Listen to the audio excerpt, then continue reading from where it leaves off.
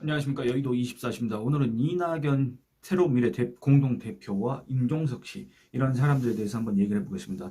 여러분들 그 이낙연 새로운 미래 공동대표가 원래 오늘 광주 서구 치평동 소재 김대중 컨벤션 센터에서 기자회견을 갖기로 했습니다. 이게 근데 전날에 갑작스럽게 취소가 됐습니다. 물론 새로운 미래 이낙연 대표 이런 사람들은 이걸 연기를 하겠습니다. 잠정 연기 며칠 안에 다시 하겠다 이렇게 했습니다. 이거 여러분들 기사로 다 접하셨을 겁니다. 근데 이 배경을 두고 뭐 말이 많았습니다만 그 이유가 이제 밝혀졌습니다. 새로운 미래가 또는 이낙연 공동대표가 이런 얘기를 했습니다.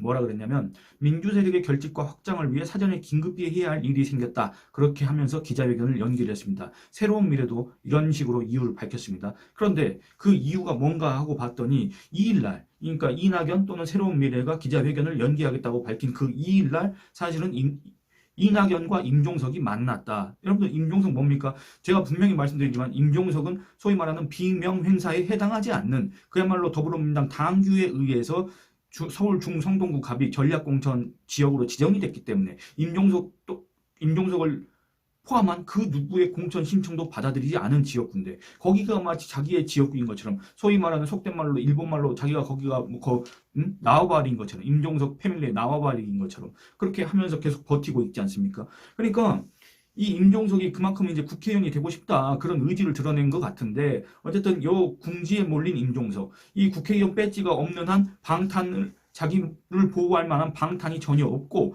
그렇다 보면 뭡니까 울산시장 부정선거 의혹 여기에 대해서 이제 책임을 져야 될 일이 있을 수도 있으니까 이 임종석이 여기에 이렇게 필사적으로 나서는 거 아닌가 이런 생각이 드는데 그 임종석과 이 지지율 아주 처참한 지지율을 기록하고 있는 새로운 미래 이 광주 전남 호남에서도 버림받은 사실상 이 이낙연 새로운 미래 이 둘이 지금 뭔가 일을 만들려고 하는 거 아니냐 이제 이런 추측이 이런 관측이 제기가 되고 있습니다. 그러면 이들 사이에서 어떤 움직임이 있을까? 이제 그걸 한번 예측을 해봐야 되겠습니다. 물론 지금 현재 사전 정보가 아무것도 없는 상황에서 이런 예측을 하는 건 성급하다 이렇게 생각하신 분도 계실 겁니다. 그럼에도 저는 이런 예측을 그 전에 여러분들한테는 얘기 안 했지만 한번 했기 때문에 아주 오래전에 했습니다. 그래서 그 얘기를 한번 해보려고 합니다. 제가 그래서 이걸 갖다가 신낙성연대라는 이름을 붙이고 싶습니다.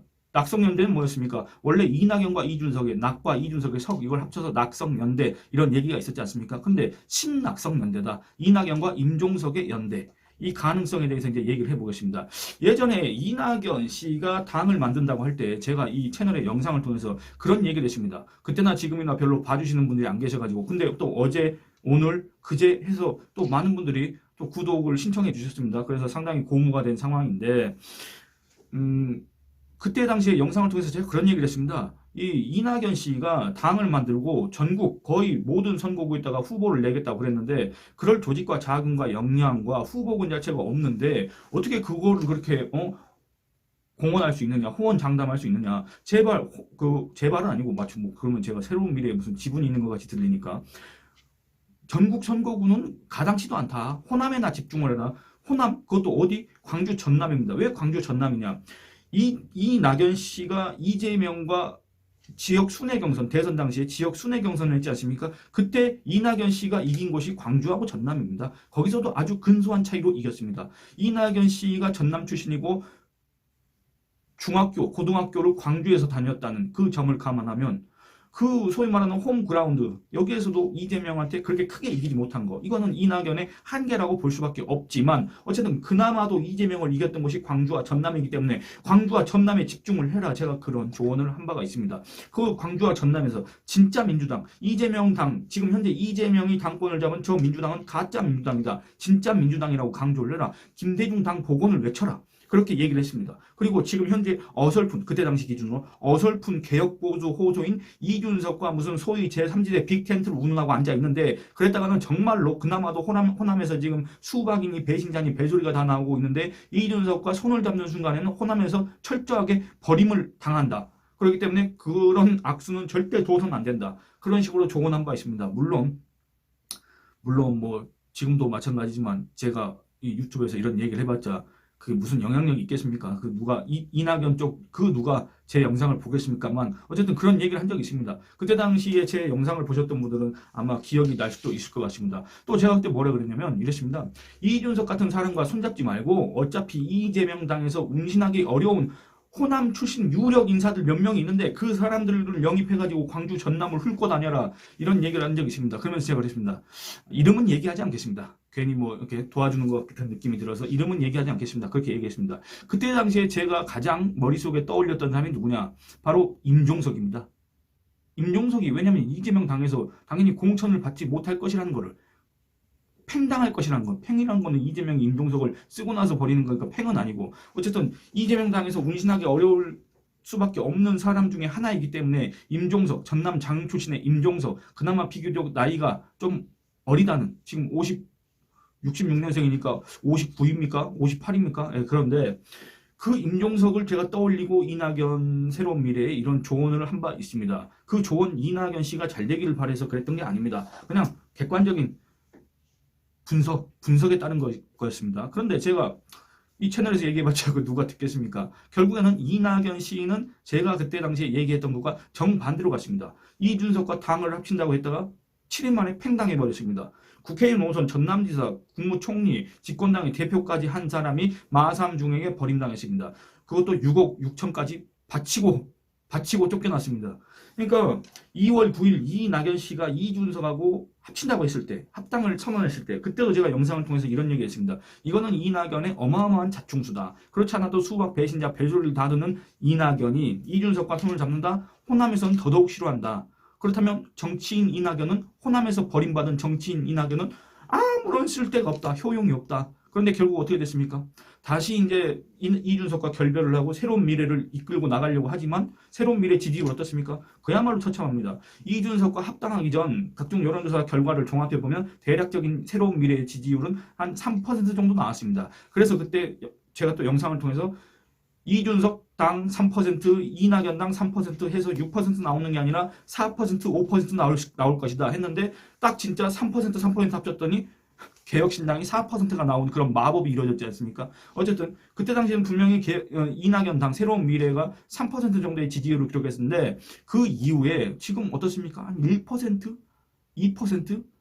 그 정도밖에 안 되지 않습니까? 그리고 호남 지지율을 보면 또 어떻느냐?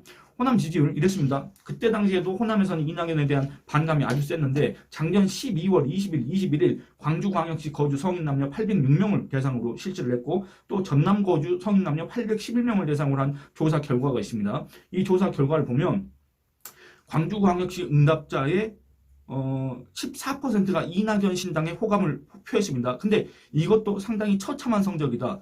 아까 말씀드렸다시피 광주 전남 출신이 바로 이낙연인데 이 광주에서조차 이낙연이 이렇게 환영을 못 받는다. 이건 아주 처참한 거 아니겠습니까? 근데 전남에서도 비슷한 결과가 있었습니다. 그때 당시에 전남 주민들 중에 이낙연 신당에 호감을 표한 사람은 전체의 16%에 불과했습니다. 근데 이재명 당, 더불어민주당을 지지한다는 사람은 광주에서 62%, 전남에서 65%였습니다. 그 비교를 해보면 너무나도 처참하지 않습니까? 근데 그나마도 이게 잘 나온 거였습니다. 지금은 어떻느냐? 뭐 정확히 지금 이런 광주 또는 전남 이 권역을 전체를 대상으로 한 여론조사가 없기 때문에 정확하게 알 수는 없습니다만 이 목포 지역에서 실시된 여론조사를 한번 살펴보겠습니다. 왜 목포냐? 가장 최근에 실시된 게 이거이기 때문에 그렇습니다. 그러면 목포 갖고 전남 전체를 해석할 수 있느냐? 광주 전체를 여기 갖다 적용할 수 있느냐? 예, 그렇게 할 수 있습니다. 거의 비슷합니다. 이 목포의 민심이나 다른 전남 지역의 민심이나 그리고 이 전남과 광주의 민심이나 거의 똑같습니다. 이 광주 전남과 전북은 아주 미세하게 좀 다르긴 한데 광주 전남은 거의 비슷하다고 보시면 됩니다. 아까 제가 말씀드린 한국갤럽 여론조사 결과도 거의 같지 않습니까? 광주 전남이 거의 비슷하지 않습니까? 그런 점을 감안하시고 들어주시기 바랍니다. 목포 MBC가 의뢰하고 코리아 리서치 인터내셔널이 2월 16일부터 17일까지 이틀 동안 목포 거주 성인 남녀 503명을 대상으로 무선전화 면접 여론조사를 실시했습니다. 2월 18일 날 이걸 발표를 했는데 그 결과 그때 당시는 이준석과 이렇게 헤어지지 않은, 물론 그때 이제 논란 갈등이 계속되고 있었지만 헤어지진 않았습니다. 그때 당시에 이제 개혁신당의 지지율 얼마 나왔느냐? 이 목포에서 2% 나왔습니다. 2%.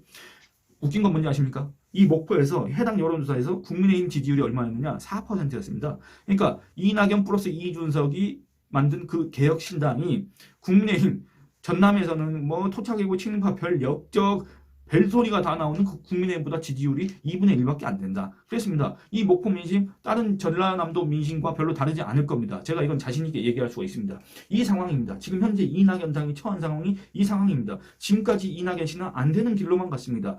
그 누가 봐도 정말 그냥 상식적인 수준에서 보더라도 이낙연이 저기로 가면 안 될 텐데 하는 길로만 그런 선택만 지금까지 계속 해왔습니다. 이낙연은 그래 왔습니다.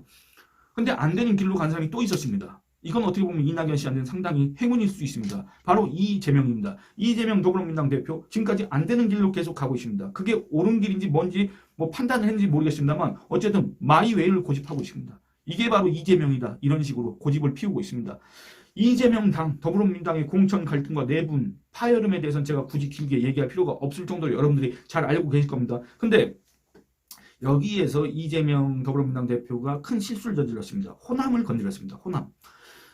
호남 출신 중진 또는 그나마 인지도가 있다는 사람들을 쳐냈습니다. 이건 우연의 일치일 수도 있습니다.